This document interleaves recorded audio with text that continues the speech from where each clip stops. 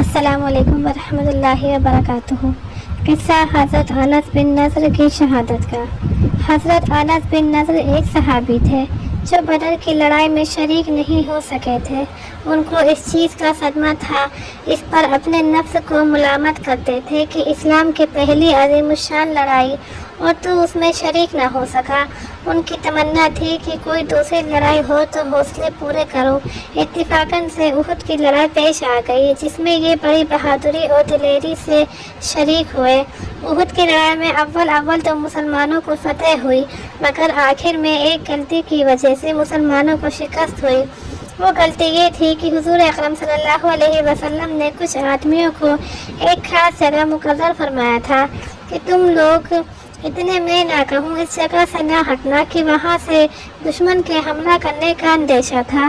جب مسلمانوں کو شروع میں فتح ہوئی تو کافروں کو بھاگتا ہوا دیکھ کر یہ لوگ بھی اپنی جگہ سے یہ سمجھ کر ہٹ گئے کہ اب جنگ ختم ہو چکی ہے، اس لیے بھاگتے ہوئے کافروں کو پیچھے کیا جائے اور غنیمت کا مال حاصل کیا جائے۔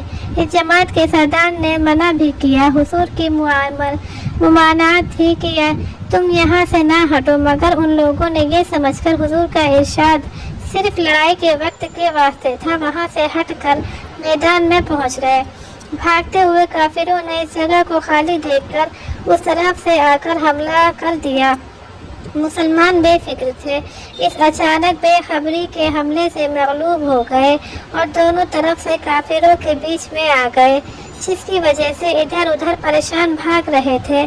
حضرت انس نے دیکھا کہ سامنے سے ایک دوسرے صحابی حضرت سعد بن معاذ رضی اللہ تعالیٰ عنہ ہیں۔ ان سے کہا کہ اے سعد، کہاں جا رہے ہو؟ خدا کی قسم جنت کی خوشبو احد کے پہاڑ سے آ رہی ہے۔ یہ کہہ کر تلوار تو ہاتھ میں تھی ہی کافروں کے ہجوم میں گھس گئے اور اتنے شہید نہ ہو گئے واپس نہیں ہوئے۔ شہادت کے بعد ان کے بدن کو دیکھا گیا تو چھلنی ہو گیا تھا۔ 80 سے زیادہ زخم تیر اور تلوار کے بدن پر تھے۔ ان کی بہن نے انگلیوں کے توڑوں سے ان کو پہچانا۔ جو لوگ اخلاص اور سچی طلب کے ساتھ اللہ کے کام میں لگ جاتے ہیں ان کو دنیا ہی میں جنت کا مزہ آنے لگتا ہے کہ حضرت انس زندگی ہی میں جنت کی خوشبو سونگھ رہے تھے۔ اگر اخلاص آدمی میں ہو جائے تو وہ دنیا میں بھی جنت کا مزہ آنے لگتا ہے۔